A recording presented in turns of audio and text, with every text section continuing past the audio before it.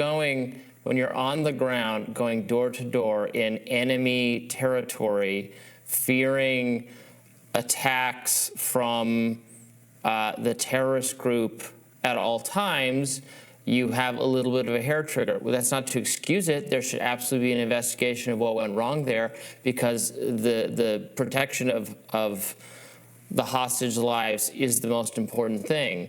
But we now have had reporting. There was a first-person account from a former, from a hostage, Agam Goldstein Almag, in the Free Press, describing the horrific conditions from her view. This is someone, right, who's not saying it on camera while Hamas has a gun to her head, saying that that people hostages have wounds that were not treated, and that girls were sexually molested by the terrorists frequently. That's a first-person account of what's going on.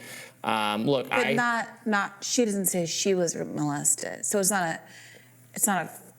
Right. I mean, it's a first-person account of what's going on, but not a first-person account of what has happened to her. So you can reject that if you like. I'm not rejecting it, but that's very similar to the evidence that we've had so far.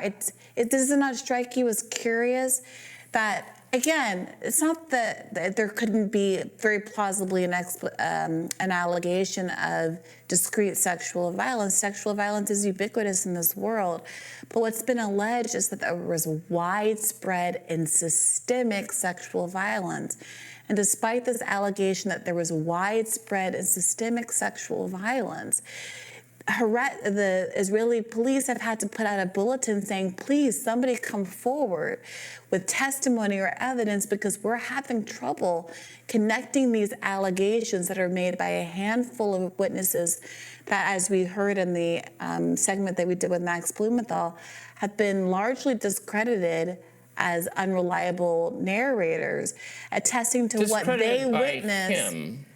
Viewers can decide for themselves. Well, it's also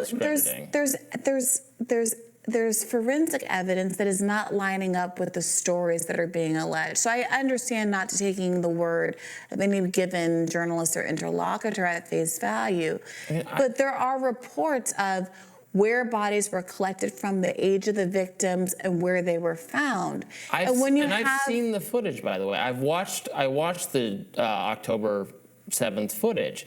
You see, there's horrific video of the murders being committed. A father blown apart in front of his two boys. Grenade thrown into an area where people are hiding so that they run out, and then that they all get shot. People gunned down in their cars. The conditions of the people at the music festival, bodies everywhere. That's what Owen Jones attested to. He attested to that, but that these claims of rape were not validated by the video. Yeah. So it doesn't matter to me, but... Well, that's fine, but many of us are interested in finding out the truth of what happened and not just focusing on those facts that happen to paint Israel in a more positive light.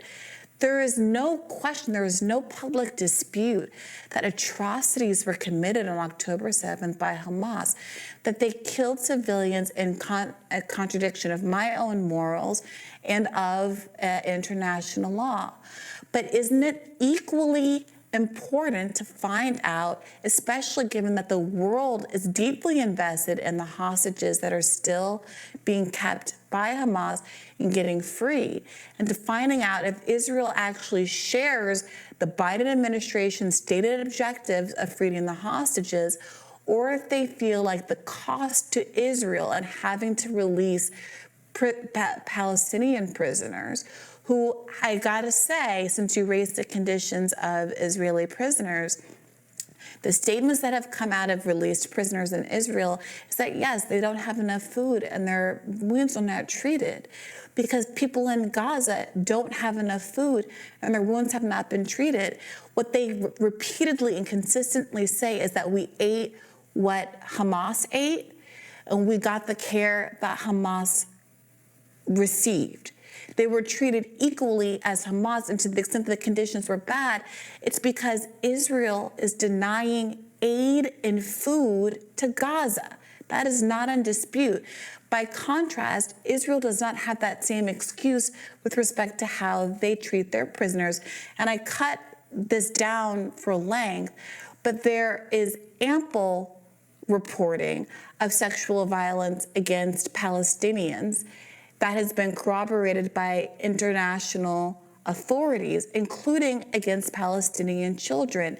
And those claims are not being weaponized in the same way to justify the October 7th attacks I think that's on fantastic Israel. to uncreditably accept all of those accusations while rejecting out of hand It's not uncredibly what people are accepting. saying that they witnessed. It's a question of whether or not it's been investigated. Of shifting the blame for what's happening to Israel instead of the terrorist group that took the people hostage.